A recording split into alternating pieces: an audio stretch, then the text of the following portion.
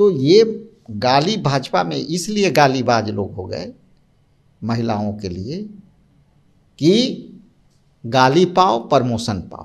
बिहार के तहजीब के बारे में जिसको नहीं पता, जो ये माँ सीता का जनक जननी माता का जन्म स्थल रहा और वहाँ के बेटी बहुओं को आप बोली लगा रहे हो। आज उसी बेटी बहू के बिहार वाले को आप बोली लगा रहे हो। पाएंगे कि कई महिलाएं जब ट्रेन में चलती है तो आदमी जो पुरुष बैठा है उठ के खड़ा हो जाता है। और जिस देश में नारी शक्ति के पूजा होता हो, कर्नाटक में मोदी जी के एक सहयोगी सांसद ने कई महिलाओं के साथ लगातार हैवानियत किया। नमस्कार, मघी न्यूज देख रहे हैं आप। मैं संजना आपके साथ। उत्तराखंड कैबिनेट मंत्री रेखा आर्या के पति गिरधारी साहू ने जिस तरीके का बिहार की लड़कियों को लेकर बयान दिया, जिसके बाद अब विपक्ष भी हमलावर हो चुकी है, लगातार भाजपा से सवाल उठा रही है। बातचीत के लिए हमारे साथ बिहार कांग्रेस के प्रदेश अध्यक्ष राजेश राम जी हैं। अब आप लोग की क्या मांग है जिस तरीके का बयान उत्तराखंड कैबिनेट मंत्री के पति ने दिया है बिहार की बेटियों को लेकर? देखिए, सबसे आश्चर्य वाली बात है कि बिहार के तहजीब के बारे में जिसको नहीं पता, जो ये माँ सीता का जनक जननी माता का जन्म स्थल रहा और वहाँ के बेटी बहुओं को आप बोली लगा रहे हो।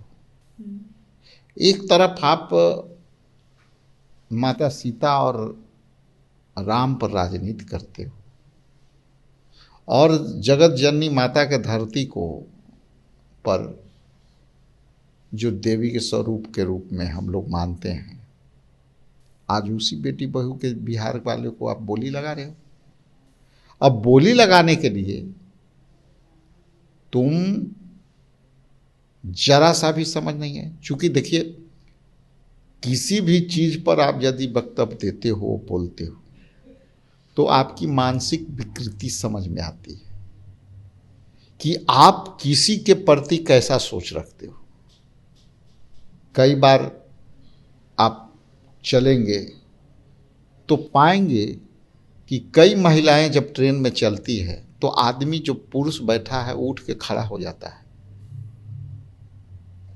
कई जगह ऐसे जगह जाएंगे जहां पुरुष देखते हैं तो महिलाओं के लिए रास्ते छोड़ देते हैं। और जिस देश में नारी शक्ति के पूजा होता हो, हम अपनी महिलाओं को देवी आदि शक्ति के रूप मानते हैं और उसी महिलाओं के आप बोली लगा रहे हो। तो ऐसा भाजपा में इसलिए लगातार हो रहा है महिलाओं पर हमला कि कुलदीप सिंह सेंगर जैसे लोग और वो पहलवान बेटियों के साथ जो घटना घटा, उसको तो प्रमोशन मिला। पहले सांसद था, उसके बाद जब वो गालियां देना शुरू किया तो उसको प्रमोशन करके मंत्री बना दिया। तो ये गाली भाजपा में इसलिए गालीबाज लोग हो गए महिलाओं के लिए कि गाली पाओ प्रमोशन पाओ। अब कार्रवाई तो होना नहीं है, सवाल का जवाब तो देना नहीं है, तो गालियां दो प्रमोशन पाओ के स्कीम में ये लोग काम कर रहे हैं और महिलाओं को अपमानित कर रहे हैं। और ऐसे लफंगे वाला शब्द ही लफंगा ही बोल सकता है। किसी भी प्रतिष्ठित व्यक्ति का, प्रतिष्ठित समाज का लोग इस तरह का शब्द नहीं दे सकते हैं। ये भाजपा का शुरू से महिलाओं के प्रति कुंठित मानसिकता के लोग हैं, मानसिक तौर से विक्षिप्त लोग हैं, इसलिए इस तरह की बातें बोलते हैं। इस बयान की निंदा पूरे देश भर में हुई है और काफ़ी कुछ दिन बीत भी चुके हैं। ऐसा नहीं लग रहा कांग्रेस की प्रतिक्रिया थोड़ी देर से आई और इतना प्रभावशाली नहीं रहा? देखिए, ये कौन सी सवाल है? ये प्रतिक्रिया तो आप लोग को पूछना चाहिए मैम बीजेपी वाले से कि आपकी प्रतिक्रिया क्यों नहीं आ रही। हमारी प्रतिक्रिया जाके देखिए।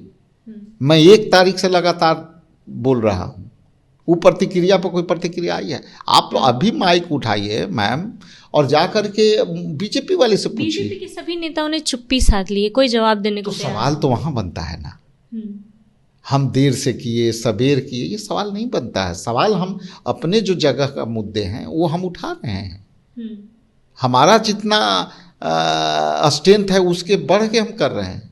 कल बेगूसराय में हम मुद्दे उठाए, महिलाओं के साथ प्रोटेस्ट किया, तो जो हमारी जो विरोध का स्वर है वो लगातार उठ रहा है। भले आपको लग रहा है कि प्रेस कॉन्फ्रेंस आज किए तो आज ये बात आई, लेकिन आप जानते हैं कि ये सवाल बीजेपी को देना चाहिए, स्पष्टीकरण बीजेपी को देना चाहिए।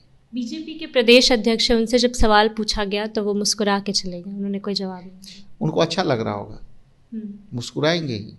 अब देखिए हमारे पास तो सूची है, आप जब पाएंगे तो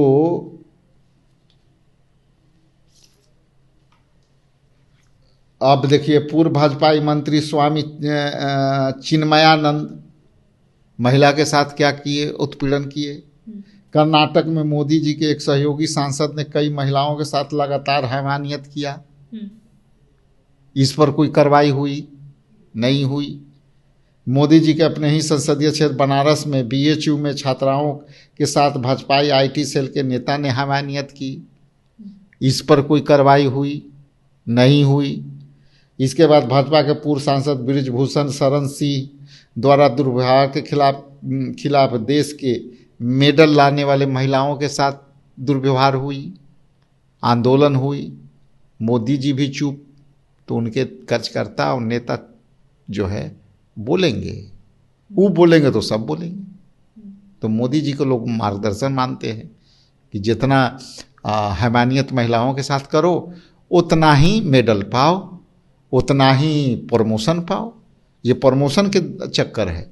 ये बृजभूषण शरण सिंह जो किया, इसको जो है सांसद था उसको बना दिया था मंत्री। उसके बाद इसके बाद देखिए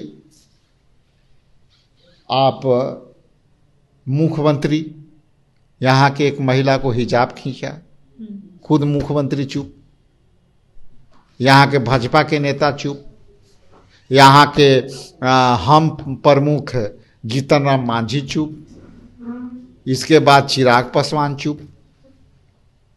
बेटी बचाओ बेटी पढ़ाओ की बातें करती हैं। तो ये इसलिए प्रधानमंत्री कहे थे कि बेटी पढ़ाओ बेटी बचाओ, ये नारा था उनका। आज देखने से ये लगता है। इसलिए बिहार का अपमान, एक बिहारी 100 पर भारी है, आके बिहार दिखा दे, हिम्मत है तो आवे ना, बोली लगाने वाले लोग आके देख ले। इसलिए बिहार हमेशा से बदलाव की भूमि रही है, आंदोलन की भूमि रही है, और ये भाजपा को आने वाला समय में भारी पड़ेगा। मनरेगा इन दिनों बहुत विवादों में है। सत्ता पक्ष ये आरोप लगा रहा है कि कांग्रेस को राम के नाम से तकलीफ है, इसीलिए ये कर रहे हैं। भाई, कांग्रेस को राम के नाम से क्यों तकलीफ होने लगी? कांग्रेस ने बिहार प्रदेश कांग्रेस कमेटी के अध्यक्ष राम को बनाया। खुद मैं राम हूं, सरनेम के व्यक्ति हूं। भैया, आपको गांधी जी के नाम से क्यों प्रॉब्लम है? चर्चा तो ये होनी चाहिए,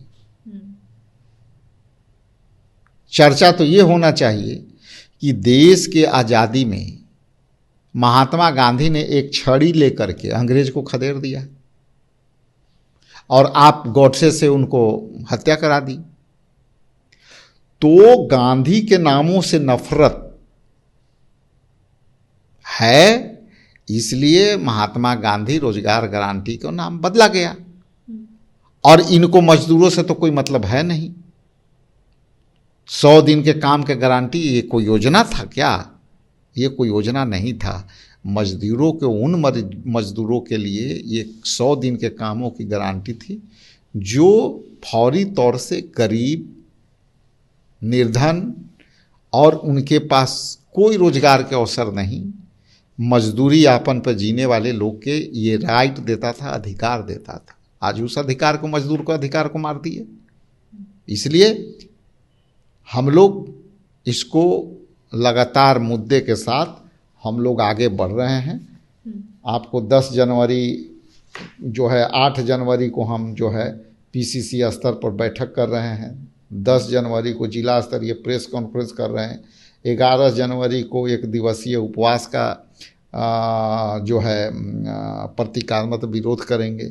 इसके बाद 12 से 29 जनवरी तक पंचायत स्तर पर जनसंपर्क अभियान करेंगे। 30 जनवरी 2026 को वार्ड स्तर पर शांतिपूर्ण धरना करेंगे। इसके बाद आपको 31 से 6 फरवरी तक जिला स्तरीय मनरेगा बचाओ धरना करेंगे। इसके बाद 7 फरवरी से 15 फरवरी तक राज्य स्तरीय विधानसभा का घेराव करेंगे। तो ये सब हमारा कार्यक्रम है, हम लोग लगातार इस पर काम कर रहे हैं। बहुत बहुत धन्यवाद सर। हमारे साथ बिहार कांग्रेस के प्रदेश अध्यक्ष राजेश राम जुड़े थे, जिन्होंने उत्तराखंड के कैबिनेट मंत्री के पति के बयान को लेकर और साथ साथ मनरेगा को लेकर चल रहे विवाद पर भी अपनी प्रतिक्रिया दी है। उन्होंने कहा है कि ये आंदोलन लगातार जारी रहेगा और विरोध भी जारी रहेगा। पूरे वीडियो को लेकर आपकी क्या राय है, अपनी राय कमेंट बॉक्स में ज़रूर दें। फिलहाल इस खबर में इतना ही। अपडेट्स के लिए बने रहिए मघी न्यूज़ के साथ। बहुत बहुत धन्यवाद।